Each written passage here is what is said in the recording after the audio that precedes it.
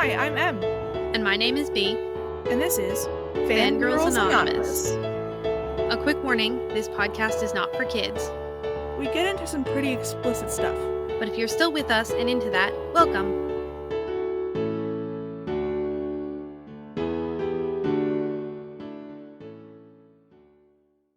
Hello! Hello. Hi. This is Fandom Exchange Part 2 with M this time, talking about Good Omens. But we also have Misssampo here again, and Bea. Hello. This week, I am talking about one of my favorite fandoms, and it is Good Omens. I ship wholeheartedly ineffable husbands within this fandom, so if you don't ship them, first of all, I'm very sorry for your taste. But also, go ahead and listen anyway. You might learn some stuff. General warning spoilers about the show and the book. I talk more about the show than the book, but there will be some stuff about the book too. Okay, so some info about the show. The basic story of Good Omens, if you can call it a basic version of the story, is that it's kind of a show about the end of the world. The book and the show hop between various characters for most of the time, and they all end up converging at the very end for both the book and the show, and it's extremely satisfying. If you have not watched the show or read the book, holy crap, what are you doing? Go and watch/read it. It's so good. So I thought, since the story is really complex, the best way to introduce this story is just to introduce all of the characters, which, in my opinion, the characters are the best. I really do love the characters. When I first read it, it was like I was meeting old friends for the first time. I really do love them. So there's Aziraphale, who is an angel, and Crowley, who is a demon, and they are friends. And they are both, in the book and the show, trying to stop the Antichrist from ending the world. That's a lot. It sounds so dramatic and so serious when I put it that way. It's really, really not. It's one of the funniest books or shows you'll ever experience. And when they say, like, especially in the show, when they say they really want to stop the world from ending, you can really tell it's them being like, no, I just don't want to lose you. Because one side has to lose. The end of the world is apparently, the Antichrist is going to start a war between heaven and hell. So one of them's going to have to lose eventually, right? But they also really love Earth. So at the very beginning of the book, there's a mix-up at the hospital in which the Antichrist was born. Hell gives Crowley a baby who is the Antichrist. And Crowley is supposed to, in a slick way, give the baby to these satanic nuns at this specific hospital in England, and they're supposed to switch the baby with a specific other baby. But then there's another baby that's being born in the same place, and there's a mix-up. He was supposed to give it to a bunch of nuns, and he took it to a hospital instead? No. Satanic nuns are actually, like in Britain, you can go to like a hospital that is run by nuns. That's not a thing here in the United States, but apparently in Britain it's a thing.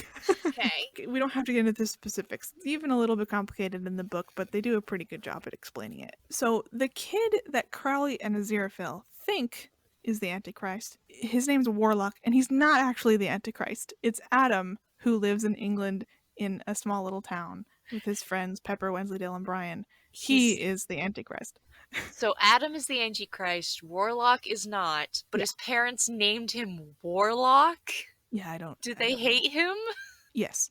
Aziraphale and Crowley think that they can stop the war, or they can kind of like bend the war to their will if they have a lot of time with Warlock, who they think is the Antichrist. That goes up in flames, pun intended, because Warlock isn't the Antichrist. It's Adam, who lives in a small town and who ends up having friends named Pepper, Wensleydale, and Brian, and also has a hellhound dog who is named Dog. So they're having fun. They're all like 11 years old. I like the inherent creative genius of Dog. Yeah, no, it's amazing. Dog is amazing. During the summer in which this book takes place and the show takes place, they meet up with Anathema Device, who is a witch and is a descendant of this witch named Agnes Nutter, who was like a future seer and wrote a book of entirely true prophecies. And the whole book and the whole show is centered around this book of prophecies. This series has amazing names. There's also a guy named Newton Pulsiver, another fun name. I like how this strongly implies that everybody naming their child in England in this specific period of time was on drugs. Actually, Anathema, I don't think she is British either in the book or the movie. Or the show. Yeah, Newton Pulsiver, which is all, I mean, I really do love that name. He's a kind of a witch finder, and his one curse or blessing is that he cannot work a computer without blowing it up or seriously damaging, like, anything electrical. There's also Pollution, Famine, War, and Death, the Four Horse People of the Apocalypse. They're really fun characters. You wouldn't think that the Four Horse People of the Apocalypse would be fun characters, but they're hilarious. Leave it to Neil Gaiman and Terry Pratchett to make those characters amazing. Well, I mean, in all fairness, Death from Supernatural was also pretty cool. Could not speak to any of the other horsemen, but Death was pretty cool. I also particularly liked God in that show. Speaking of God, God is also a character in this book/show who is mostly a narrator. And in the show, she's a she, but in the book, he's a he. And one of the things I like about Good Omens fandom is that you can always tell in a fic, like, when it was written. Because if it was written before the show, God's always a he. And if it was written after the show, God is always a she. People glommed onto a female god in a main television show, like, mightily. In fandom, in this fandom. That's excellent use of fandom carbon dating. Yeah, fandom carbon dating. There's also Madame Tracy, who is a professional psychic and dominatrix. And there's also Shadwell, a witchfinder sergeant who enlists Newt into the witchfinder army. And I know that was a lot of I feel like saying that the authors are Neil Gaiman and Terry Pratchett really explains everything you need to know about these characters. Yeah, Neil Gaiman is my favorite author. My favorite book of all time is American Gods. If you haven't read that, dear listener, then you also need to read that. It's so good. Yeah, the show actually and the book breeze past the concept that she is also a psychic and dominatrix professionally. She is professional in both. A well-rounded woman, I guess. Yeah, Madame Tracy is high-key one of the best characters, and Shadwell is high-key one of the worst. If you want more information about all of these crazy, fun, little, cool people, well, beings, if you count the Four Horse People of the Apocalypse, go to the Good Omens Lexicon. It's this website that I found. The link will be in the show notes. It's only about the characters from the book, though. There's no Gabriel, which is who I will be talking about. Do you guys have any questions about the characters? Yes, but I'm willing to find out about them. Okay, sweet. There are some differences between the book and the show that I just kind of wanted to reiterate here. The book was published in 1990, and the show was released in 2019. So basically 30 years difference. And they did have to change some stuff with the show, obviously, because technology grew quite a bit. Poor Newt, he had to deal with a lot more computers in the show than Newt had to deal with in the book. But yeah, there are quite a few minor differences in story beats and, like, how characters interact with each other and relationships. I will say that the biggest difference in that regard is between Crowley and Aziraphale. So in the book, they are a little bit more professional with each other, but in the show, it's a lot more tender and it's a lot more heartbreaking. I think that also just happened because of the serious visual wattage we get from David Tennant and Michael Sheen, who play Aziraphale and Crowley. The biggest difference, though, between the book and the show is the addition of the character Gabriel in the show. He is played by John Hamm, and he's a smarmy bastard angel man, and I love him, but he's terrible. I mean, if he's played by John Hamm, I'm pretty sure that's that's required. Mad Men is just such a good show. Oh my gosh, it's one of the few TV shows that I binge watched and watched the entire thing. Not unlike Good Omens. Anyway, so he is the leader of the angels in heaven, and he is shipped a lot with Beelzebub. Is Beelzebub in the book too, or? Beelzebub is in the book, but Beelzebub is a he in the book, and in the show, Beelzebub is a they. I've read a few fanfic of Gabriel and Beelzebub, and it's very sweet. The actor who portrays Beelzebub in the show is a woman, but they're still called the Prince of Darkness, or the Prince of Hell. There are a lot of good quotes from the book that are in the film. Or sorry, I don't know why I keep saying that. I mean, it's almost like a movie. It's a 6-hour-long film to me because it's only 6 episodes and they're an hour each. But they're in the show. The quotes, the really, really good quotes are in the show. And one of my favorite that is in the show is this one. It may help to understand human affairs to be clear that most of the great triumphs and tragedies of history are caused not by people being fundamentally good or fundamentally bad, but by people being fundamentally people," which is a quote from page 18 in the Ace Science Fiction edition, 1996. To me, that quote really exemplifies the morals and kind of, in extension, the tropes of this fandom. The biggest takeaway from this piece of media, I would say, is the freedom of choice. The two main characters decide that they are not going to be following their orders anymore. They're going to save what they want to save. By extension, the world and what/who you love is worth protecting. That is also a really big moral from the show and the book and in fic. And another one is ultimately everything's going to be okay. Even if everything looks really bad right now, you still have to keep hoping. This too shall pass. I feel like that's a good message to have right now in this day and age. Yep. Specifically right now in the middle of this global disaster. I think that the show itself came out at a really, really good time for people. It came out right before the pandemic, and I think that all the morals just really helped, if anything, just me get through a lot of the stuff that we as humans had to get through. It's crazy. For some specific tropes in fic specifically, okay, I will say an ineffable husband's fic, because that's mainly what I read. Are Basically, there other ships, or is that no. A Beelzebub and what's his Yeah, name? Beelzebub and Gabriel is a big ship, not compared to Ineffable Husbands. People also like to write Newton and Anathema, but they're canon. Okay. They're actually together in canon. So Newton and Anathema are... Anathema was the witch, and Newt was the other guy. Newt's the guy who can't be around a computer. But he got conscripted. Is there a Romeo and Juliet thing going on? Because he got conscripted in the Witchfinder army. So, fun little fact. Newton's ancestor, thou shalt not be adulterous Pulsiver, I think that was his whole name. That's Can't the remember. best name so far. He murdered Agnes Nutter. Uh-oh. Great name, terrible person.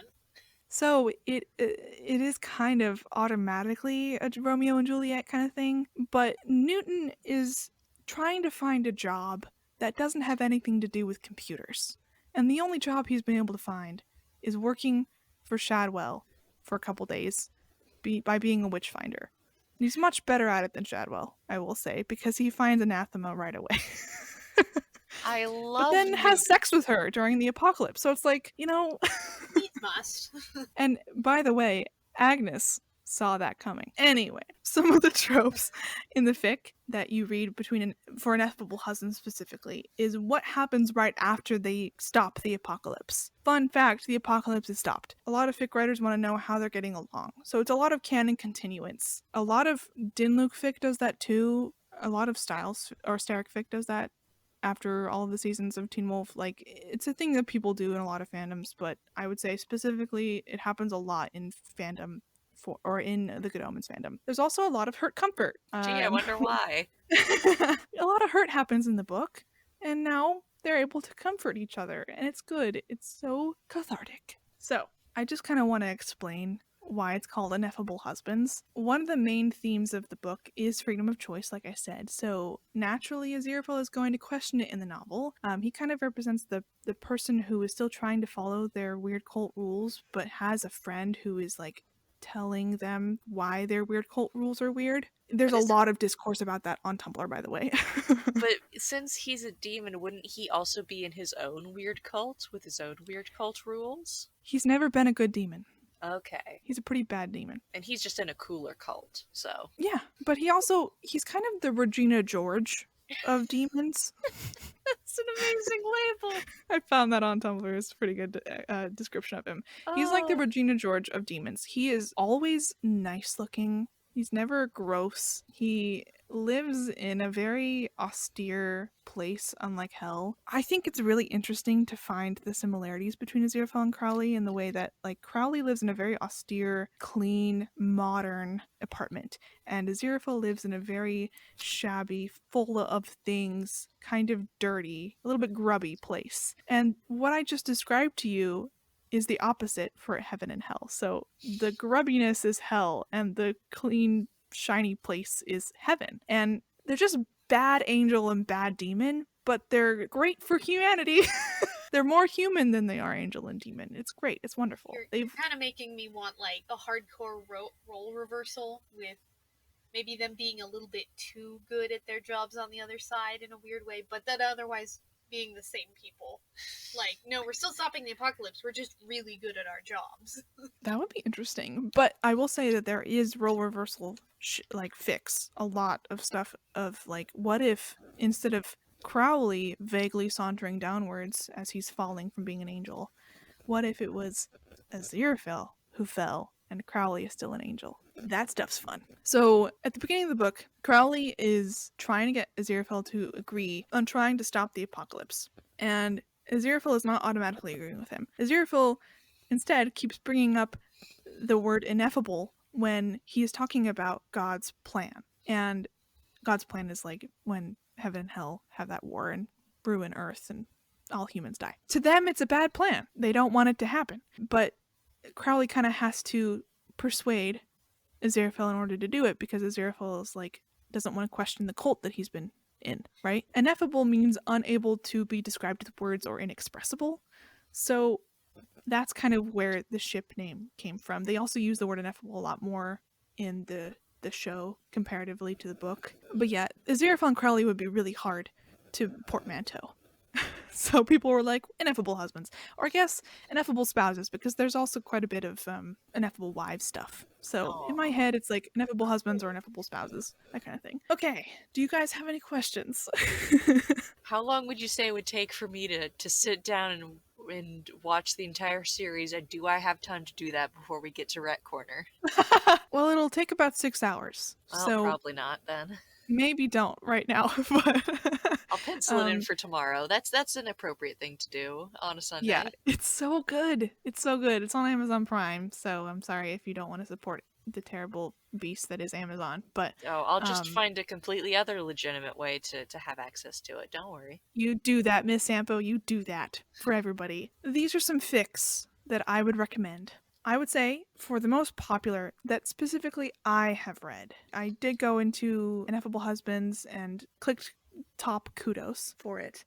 There were like 4 or 5 that I hadn't read at the very top. But the one that I have read is called Demonology and the Triphasic Model of Trauma, an Integrative Approach by NNM, or It is the most popular, but I think I probably would have put this on my list anyway if it wasn't one of the most popular that I have read, because it is very good. So let me read you the summary. As soon as Aubrey Time, psychotherapist, had opened her office door and seen her new client, Anthony J. Crowley, sitting in her waiting area, she was observing and assessing him. At first glance, she paid attention to the following. His clothing was expensive and stylish. He wore a very strange but noticeable cologne. His relationship to the seat he occupied could only very loosely be described as sitting. He looked angry. He was wearing sunglasses. What Aubrey Time, a professional, thought upon first seeing her new client was, "You're going to be a fun one, aren't you?" It is about Crowley getting therapy. It's popular for a reason. Crowley deserves therapy. Like, he has some abandonment issues, okay?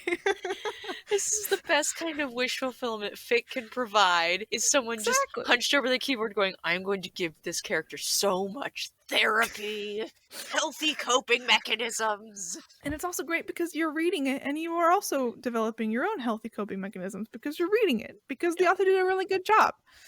And the story really sticks with you too, I will say. Character gets therapy is a trope that is really cathartic for everybody, including the author, I'm assuming. And I would also say that the therapists are OCs, but they're great. And I say therapists because Aziraphale also gets therapy. We don't see it because it's not in the it's all in the perspective of the therapist. It's not the perspective of Crowley. It's never the perspective of Aziraphale or his therapist. It's all the perspective of Crowley's therapist. I love actually reading fic that is the perspective of somebody outside Aziraphale and Crowley because they are really fascinating characters and you just get to, I feel like, understand them better from a distance almost. I have found that some people do know about this fic outside of Good Omens fandom. I think that there's good reason for that. It's long. It's really well written. It's pretty accessible. If you don't exactly know the story, or you don't know the canon, then you're still able to really enjoy it. It's almost like it's just a good novel. Example, Lucifer. Lucifer is about the devil going to therapy. That's literally the framing device of the show. Is that what that show's about? Yeah, it's so good. I love it's my sweet tooth show. It's not good. I mean, it has been nominated for a couple Emmys this year, but it's not fantastic. But I love it. Anyway, I have been to therapy, and I really am sure that the author did too, or the author did a fantastic job at researching, because there is just some things that her therapist OC says that is just it's just what a therapist would say. It's just what therapists do. It's amazing. It's so good. I love it. I love her OCs. I love it. They feel like characters that exist in the Good Omens fandom. It's amazing. I'm done talking about that. Okay. My favorite Good Omens fic is titled Instructions Not Included by Atalan. That one sounds familiar. It should be, Misssampo. I talked about this fic in our favorite fic over 50k episode, which was a while ago, but it's still my favorite, and you can't find a substitute of your favorite, right? Unless you get a new favorite, but I haven't found a new favorite, so this is my favorite. Basically, it's amazing. Let me read you this quote that I have. Mrs. Potts had a problem. It was a problem no one had really had for several hundred years, and one which the modern world was ill-equipped to solve. She clutched the telephone handset nervously. "It's our Neville," she told the nice young man on the phone. Mrs. Potts was not an imaginative woman, which is why she had first called the police, the doctor, and her MP, but after their responses, even she felt a tremor of trepidation as she continued, "He's turned into a frog." "Ah," said the nice young man with an air of resignation. "That sounds more like my colleague's department. Please wait just a moment while I transfer you." There followed the sounds of someone trying and failing to transfer the call, interspersed with occasional mutterings about too many buttons and "Look, just do it, you stupid machine. He's right there, and never had this sort of trouble before they made things so complicated." "Oh, just give it here," came another voice in the background. The receiver was handed over. The new speaker did not sound like a nice young man. He sounded like he'd be out behind the bike shed smoking if you took your eyes off of him for 2 seconds. "What's up?" "It's our Neville," Mrs. Potts said again. "He's a frog." There was a groan from the other end of the line, and Mrs. Potts braced herself to be hung up on for the 4th time in one morning. "Another one?" said the man on the phone. "Let me guess, you're in Norwich?" "Well, yes.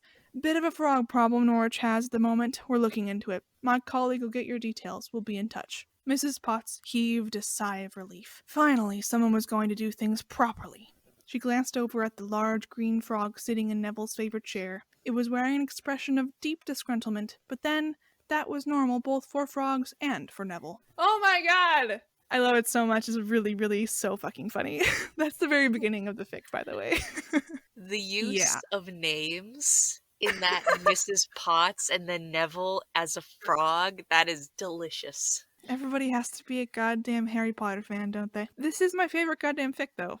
I will say. It is so good. It makes me so happy. It is so funny. It's a canon continuance. It's very super realistic. It's canon continuance fic. It takes place immediately after the end of the book. Well, it takes place about a year after the end of the book, but to them, Israel and Crowley, who are thousands of years old, that's pretty immediate. They decide to basically become investigators of the supernatural for the world itself. And anybody can come to them asking for help with certain things. It can be humans, it can be angels, it can be creatures, it can be demons. It's really cool. Get it while it's hot, folks. There's gonna be a second season of the show, which I'm pretty sure I cried when I heard there was going to be a second season of this show of Good Omens, because there is no second book. The second book does not exist. Before the second season came out, or before the second season was announced, this fic to me was the best that you could get for a second installment of this series, basically. So what you're saying is that this new series has some stiff competition in your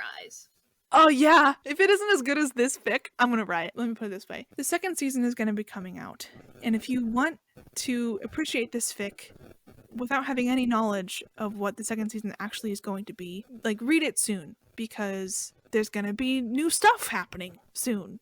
And that's okay. I really, really want there to be a second season, but I also am a little bit sad because it's going to not ruin this fic at all, but it's just going to make it not canon. And to me, it's like canon. To me, this is what should happen in the second installment. If it is anything like this fic, if the second season is anything like this fic, I might literally pass away. And I am so excited to possibly die. Anyway. I will say it's also really, really, really funny, and it's really well written. And the OCs, there's a character named Raphael who wasn't involved in the original book or show, and it's because he's been in a band for the past couple of years. He's just being, and his staff was stolen. So he needs help from Aziraphale and Crowley. He's pretty neat. I actually really like his character. So I wouldn't necessarily call him an OC though. Like, Raphael was a character before the show and before the book happened, so he's not necessarily an OC. He's just an introduction of a being in this fic. It's a fleshing out of a background character. He wasn't even background character. Really? No, Wow. he wasn't. I promise. There was no mention of Raphael. Anyway, super fun. Please read it if you want to. It's long but worth it, and there is a second part of there's this fic, which is well contained and lovely, but then there's also another part of it that is a whip as we speak. Probably isn't a whip when you listen to this, but it's also very good. Speaking of whips, my favorite whip is Harry Omens by BanrionCeallach. This rec is not from our favorite fic over 50k episode. It's actually just a rec from a random episode because it needs to be out there. It's really, really, really, really, really good. This is the summary, in which Harry Potter walks into a certain bookshop in London weeks before his 11th birthday. Alternatively, in which Crowley takes one look at small 10-year-old parcel-tongued Harry and instantly decides that he and his angel have a new godson. Oh, my little heart! My little heart! It is so good. Oh, it's a whip. We have to temper ourselves with the fact that it is a whip, but it is so good. It makes me so happy. It is also very cathartic for anybody who loves Harry Potter and anybody who loves Good Omens. This is the fic for you. If you are part of that middle part of the Venn diagram, this is the fic for you, okay?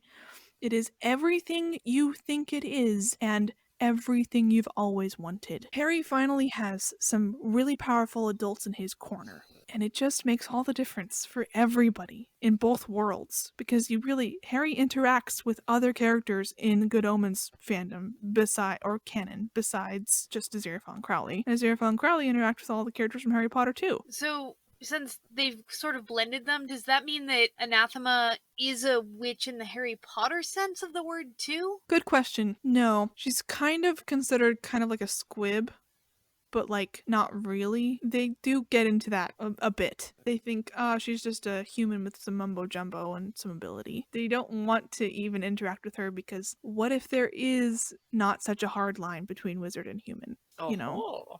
Yeah, Intrigue. it's interesting. Yes, yeah. So another aspect of this is that Harry is of Indian descent, and I'm also pretty sure that in this fic, Hermione is black, which happens to be by headcanon that Harry is Indian and Hermione is black. So for me personally, it really works out. But if that isn't your headcanon, I mean, you do you, but like, I seriously think that that's a really good headcanon. Anyway, it's a whip. I need to reiterate that, but it's so worth it. I have been reading since like chapter 4 or 5, and I think there's like 18 chapters, 19 chapters now, and there's a question mark on the other side of that little slash, so we actually don't know how many chapters there are supposed to be. But oh my god, the author is such a good writer. It's just so worth it, and you really want to know more about Harry getting over the intense amount of trauma that Albus Dumbledore and the Dursleys gave Harry. I mean, they do not give any leeway to Albus at all. I know people have some very complicated feelings toward Albus Dumbledore. I understand. But in this fic, it's amazing that the author just doesn't give a shit and will make Aziraphale and Crowley really pissed off at him. Do you feel like it's one where they are critical of his character, or would you say that it edges more into the character bashing territory? I don't think it's character bashing. Okay. I think it's important distinction to make. It's not a free-for-all for being mad at Albus Dumbledore. It is a free-for-all against the Dursleys, which I don't think anybody's going to give a shit about, whether the author does that or not. Albus needed a "what are you doing to him" slap in the face, I think, when you really seriously consider the effect that the Dursleys had on Harry. So, to me, it's not character bashing. Maybe somebody else would disagree, but I don't think it is. Okay, so, next category. This could only be in this fandom TM. I picked maybe kind of an odd one that maybe most people wouldn't necessarily know. It's called A Glittering Instrument by malicegeres. Malicegeres.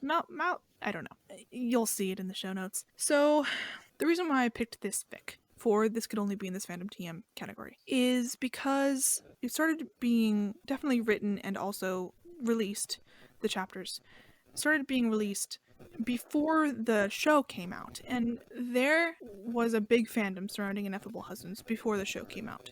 But the show added a lot of new blood, just like in Castlevania for you, Misssampo. Mm-hmm. But it's pretty rare that you find a fic that completely exemplifies the shift between people's thinking of the relationship between Aziraphale and Crowley of the book versus Aziraphale and Crowley of the show. And this is that fic. Let me read you this quote that I found in it. When he finally got her to stop crying, she stared up at him with bright yellow eyes, their pupils slits. They were slightly less snake-like than Crowley's, but the irises ending where a human's might, instead of dominating the whites. But there was no question who her father was. That figures, he grumbles to himself. Then he waved his hand again and she was swaddled tight in her blanket. Right then. What the hell am I going to do with you? So, Crowley accidentally fathering a child. Aziraphale and Crowley become dads to this immortal, half-demon, half-human child, who is named Melanie.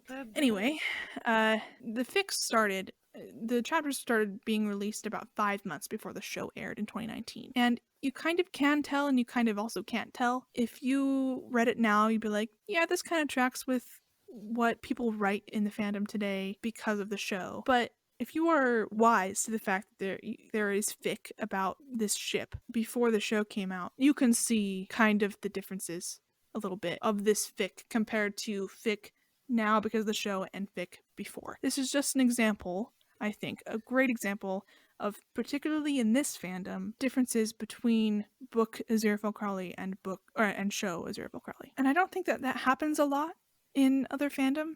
Quite necessarily. I'm sure that there is a big difference for Castlevania, fic video game versus fic from the show. To me, this could only be in this fandom because it exemplifies the shift between the two. It's kind of a transitional fossil or something like that. Just kind of this Exactly. in-betweeny moment.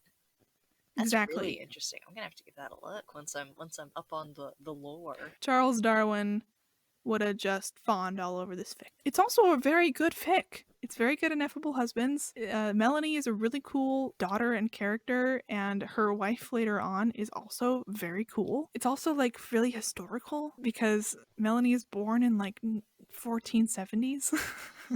That is a bad year to be born, so kudos for her for surviving the process. Definitely, because she's a demon too, so yeah. Anyway, next up. My favorite AU would have been Faster Than His Speeding Bentley by nightbloomingcereus. It is my favorite AU, okay? It is.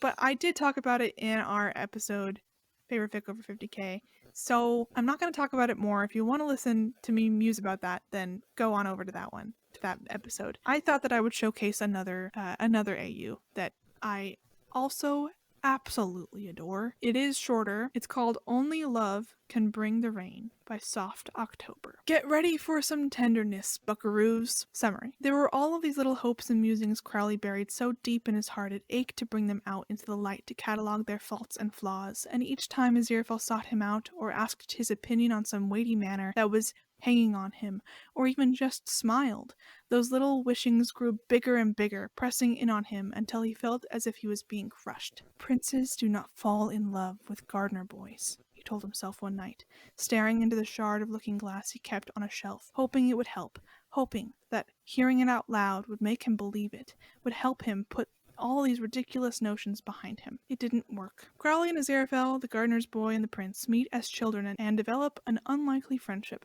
By the time they're 20, everything has changed. So, yeah, I don't know. It is, truly one of the softest, most lovely fics you'll ever read. And it almost doesn't matter if you don't know the original canon. It is that good. And that universal. It's almost like a fairy tale. But let me read you this quote. How I wish I could weave you a fantastical tale. Tell you that as Crowley wandered through the gardens, furious with everything and nothing, a beautiful fairy appeared to him, magicked him a lovely gown, in which he could attend the ball, that all were captivated by his beauty, that even Gabriel could find no fault with him, that he and Aziraphale danced until their shoes were worn through and the engagement was announced the next day. But alas, there is no magic here, and this is not a fairy tale. I know that quote says it's a fairy tale, but in my brain, I always slot it into fairy tale type. It's Cinderella, basically, but not really. I mean, what if Cinderella was a gardener? and grew up with the prince as well. My little heart always is so happy when I read this fic. It's only 18K, but it really sticks with you. The story, when you find it in that kudos like page when you're looking at all of the fics to read again for ineffable homies, ineffable Angel husbands. and a demon sitting in a Bentley 5 feet apart because they're not gay. Oh, it's too true. Yeah, when you're looking for good fics and you happen upon it again, it's one of the fic where you're like, oh my god, I remember this one. It's so good. It makes me so happy. And every time I read it, the smile on my face, my cheeks start to hurt because I'm smiling the whole time without even realizing. And also the way it ends just makes me kind of want to cry. It's so nice. I think of it as kind of the best kind of fic, one that leaves you much happier after reading it. Not to say that angst isn't perfectly lovely and wonderful, but I think that when people are writing fic, they want the characters to do different things, and that tends to be happier. This is just one of those fics. I love the idea that you have multiple fics going on, that they're like, look, we're going to make them more mentally sound and give them children and have a fairy tale ending, and everything is beautiful and golden and fine. Yeah, and I would say that that's actually all of the fics that I'm working today. Nothing is worse. I would also say that's probably a trope about ineffable husbands, specifically. Almost nothing is worse. Everything is better for them in fic. I guess the only AU I can think of that is not that, just right now, is like a Titanic AU. One of them usually dies. I mean, there is a pretty dang good Titanic AU for ineffable husbands that I have not wrecked. I will wreck it. I'll put it in the show notes if you guys want to read some goddamn angst. That was written before the show. It'll give you a really good understanding of what fic was like for ineffable husbands before the show came out. Pretty sure it was put on AO3 in 2011, like way before the show. So, really good fic. Please read it. Holy crap. Next category. I think that needs more love category is really fun to like research for, and by that I mean it's really hard to research for because you keep finding a bunch that needs more love. And I have found 2. They're both around 4K, which is funny. The first one's called Safest Houses by nightbloomingcereus, who also happen to do Faster Than a Speeding Bentley. But this fic, for some reason, just hasn't gotten much critical acclaim. So this is the quote. They seem to be almost uncannily in sync, like they've spent years becoming familiar with the movements and habits of one another. It's odd, because outwardly they're so different. Crowley all lines and angles and slouch, Ezra all softness and curves and proper straight-spined posture. Yet they walk in sync. They finish each other's sentences. They know without words when the other needs them. They seem to be history buffs, constantly talking about this thing that happened during the French Revolution and that other thing that happened during Caligula's reign in ancient Rome. The way they talk, it almost sounds like they were there, although that is a ridiculous notion, of course. This fic is from the perspective of a real estate agent who helped Aziraphale and Crowley find a house in London after the apocalypse, and it is really, really, really, really cute. For some reason, I really like fic that is from the perspective of somebody else outside of Aziraphale and Crowley. And my next one, Stands in High Places by Doomed Spectacles, is also a fic that is from the perspective of a person outside of Aziraphale and Crowley and ships them. So this is a summary of Stands in High Places. Crowley and Aziraphale find they have an unlikely ally in heaven, or the trials and tribulations of Grigori, the clerk assigned to process the Earth observation files. It's a very sweet fic. It is a fic that you as a reader start to really root for Grigori's happiness, while he really starts to root for Aziraphale and Crowley's happiness. And 4K is so easy to read. That's like 10 minutes of your time. Just enjoy them, kudos them, share them if you want to, because I think that these fics, while known, need more love. There's something so delightful about fics that are about these eternal, ineffable beings, as they were, but that's from the point of view of a therapist, a real estate agent, a clerk. Just a very domestic. A woman whose Neville turned into a toad. Yes, very domestic. I will say Grigori is an angel. Yeah, but he's a clerk angel. Yeah, he is. And there's another angel that he eventually falls in love with. So, aww. Yeah. You go, Grigori. Yeah, go Grigori. Good guy, Grigori. Okay, so that's it. Thank you guys for listening. Your enthusiasm is so contagious. Like, my cheeks hurt from smiling so much, just hearing how excited you are about this. Yeah, it's, if anybody is listening to this and hasn't watched the show or read the book or read the fic, God, just do yourself a favor and do it, man. It's so good. Okay, so next week, you'll be hearing Bea talk about their Fandom Exchange, which is exciting. Thank you for listening to the middle child of this one. Wait, what does that make me? Am I the baby? No, No, you're you're the oldest. definitely the eldest child now. I'm always the eldest. Dang it. Sorry. Yeah. Okay, guys, we gotta wash the dishes or else Mom's gonna get mad. We gotta sign off. You can't make me. Dad's You're not gonna the boss. Mom put me in charge. All right, this was really fun. Yeah, and I guess we'll see y'all next week on Fangirls Anonymous. Bye. Bye.